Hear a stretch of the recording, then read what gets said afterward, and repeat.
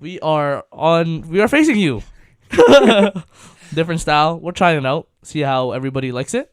Pivoting ways to your guys' liking. Made some moves, made some adjustments, and hopefully this is better than what y'all expect. So, yeah. Anyways, started to hit us off. Right, guys. So I was thinking, I'm like, why the fudge would anyone listen to me when I'm giving some sort of life advice? Don't you think? What do you mean? I mean, what kind of accomplishments or how do I have credibility? Like, what makes me so special that I'm giving advice? Why should anyone listen to me? Like life advice? Yeah. Like, oh, like you should do this, you should do that. So I was thinking, Okay. and I realized, like, at this point, I'm no one. I'm like, who gives a bloody chode about what I'm saying or this guy, right? No one cares. So I realized that. So instead, we're talking about someone who wrote a book called The Top 5 Regrets of Dying. So, But then now no one's going to want to listen to our podcast. no, but yeah, I guess you're right. Yo, scratch that. I'm just like, go on, continue.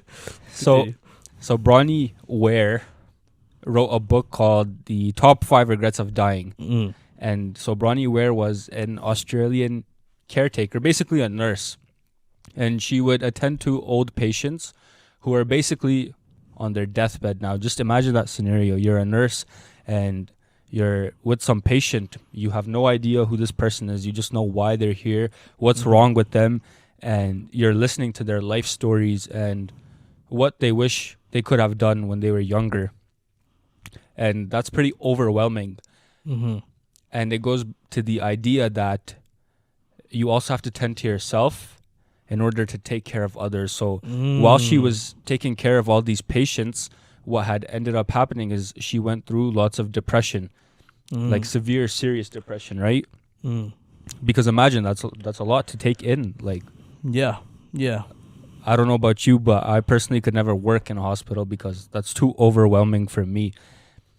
But anyways, in the book, the main theme is to learn from our experiences.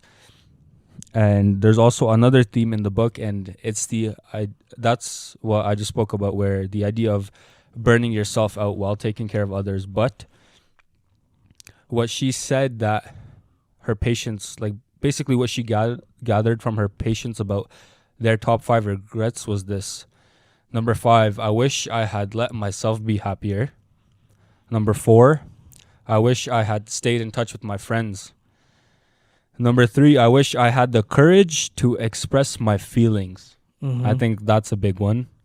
Number 2, I wish I hadn't worked so hard. That's also another big one because we're so focused on setting ourselves up.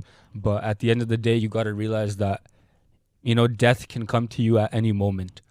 So you're working really hard, but at the end of the day, the one thing that everyone is guaranteed in this life is death. And number 1... And taxes. And number 1, what do you think it is? Without looking. I mean, going from those 4, I don't know. I wish I was not so caught up on... I don't know, bro. I don't know. Just say it, man. So number 1 is, I wish I'd had the courage to live a true life to myself, not the life others expected of me. And that was the biggest one. All right, so it's a huge topic. I feel like, let's tackle one by one, from 5 to 1. All right. So the first one I believe was, I wish I had let myself be happier. And going from the story you said, right? She was a nurse and taking or attending people who are on their deathbed, correct? And obviously, like you said, it could have been overwhelming, depressing, and stuff like that because you are literally seeing people ending, like their life is literally ending in front of you, right? And the thing you said about she has to take care of herself, that is so true. I feel like we could just take this example and relate it to real life. Let's say you're a friend, right? And you're trying to give advice to another friend who's down, right? But you, yourself, is broken. You know what I'm saying? Like you yourself have your own mental problems and mental struggles to deal with. I feel like because I don't get me wrong, I was like this too before. It's like trying to help someone when you are broken. Like as much as it is nice, and as much as it is, I'm trying to just help you. I'm trying to build you up. A building cannot stand on a broken foundation. You know what I'm saying? If you are broken yourself, if you are still struggling with things yourself, yes, it's nice to help somebody, but you are also like putting yourself in a detriment position. For example, I know this one girl who always put others ahead of her. You know what I'm saying? Like, okay, look, I'm depressed myself, but I'm going to give advice to people and try to help them out. Yes, on the outside, I'll agree, bro. Like, you're such a nice person. You're such a good friend. But inside, all she was doing was getting herself worse and worse mental state. And if going back to this example, if herself was not taken care of like this, she could have lost herself so easily. And in a world of this type of caliber, in this world, you can easily lose yourself so much because there's so much negative things that's being pushed out there. When you watch the news, when you look at this, all these movies and stuff like that, it's so negative nowadays. Even what people go through, right? So what my point is, put yourself first.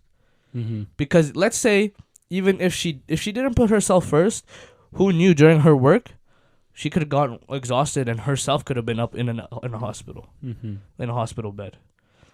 You know what I'm saying? Yeah, you're right. You're right, completely. So it's that saying that goes, hurt people. And most people in this, like, don't get me wrong, it's nice being nice. It's nice being nice. But put yourself first, right? Put yourself first.